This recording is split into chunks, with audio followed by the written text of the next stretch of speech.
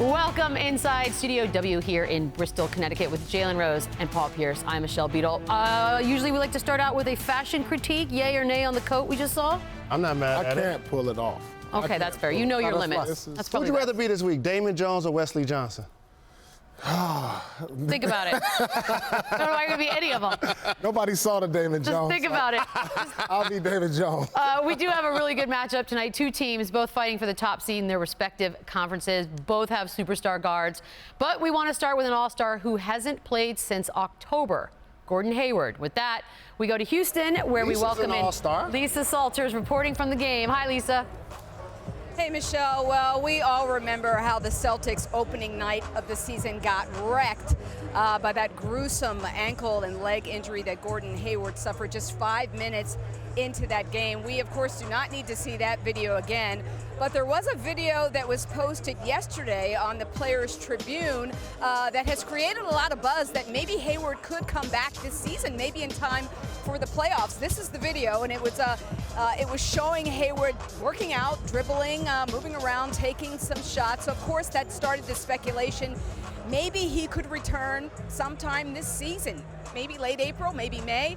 We just talked to Celtics head coach Brad Stevens, and he said that ain't happening. He said every time that there's any kind of video or picture posted of Hayward's progress, he gets asked the same questions, and his answers are always the same. The Celtics have been very consistent that Gordon Hayward will not be returning to the court anytime this season. Now, Stevens did give us an update on how Hayward is progressing, and he said he is making progress. Right now, he's able to run on the Alter G treadmill at about 65% of his body weight. The plan is for every third or fourth day to increase that until it gets up to 95%. Then he can get off of the treadmill. He can start running on the ground, moving around laterally, and taking some jump shots, perhaps even at that time. According to Stevens, Hayward, he is making progress, but still has a long way to go. But let's think about this. What if he continues to progress, even if it's 2 months down the road, and he's starting to look good? He's able to move, he's able to cut, he's able to play like the old Gordon Hayward. Jalen, my question to you is, if he's ready to go, should the Celtics play him if they are still playing? Thank you, Lisa. Great job reporting. I will say this. I echo what Brad said. He is not, should not, and will not play for the Boston Celtics this season. Why? Because you don't have to put all of your chips in the middle of the table and risk so much of your future for this season when LeBron James is still playing the way he's playing in Cleveland.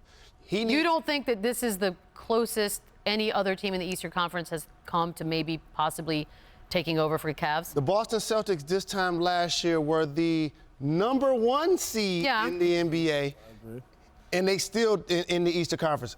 And again, he needs a full off season. He needs training camp. He needs to ease himself after a gruesome injury like that. Yeah, no need to rush him back, because if you look at the Boston Celtics, what they have done this year with the young players, Jaylen Brown, Jason Tatum, they've advanced their progression and getting better with the experience by not having Gordon Hayward. They are thrown into the fire in starting roles. And so now their window of opportunity for a championship, I would say, is like 5-6 years. You know, no need to bring him back. 5 or 6 years. You got a 5-6 year window. I mean, you just signed Gordon to a big long-term contract for 5 years.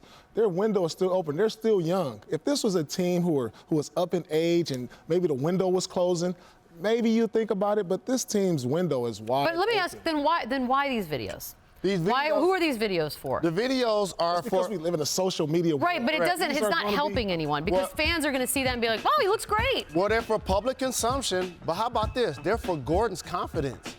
That doesn't seem right. Other than Sean Livingston and Paul George, like, these are two of the more gruesome injuries that come to mind besides his. Absolutely. I mean, and so you don't rush this guy back. What are we really looking at right here? We're looking at a video of him dribbling, taking a shot, standing in place. Right, but months out. There's no running, jumping, no cutting. athletic. I would imagine that we're going to get those videos at some point. If I can go out there and show you some dribbling and make a couple shots, people are going to say, oh, he can make a comeback. But you didn't see me run. You didn't see me. Big three, baby. You didn't see me jump. jump. Making a comeback. No, not at all. They're not going to say that, Paul. No.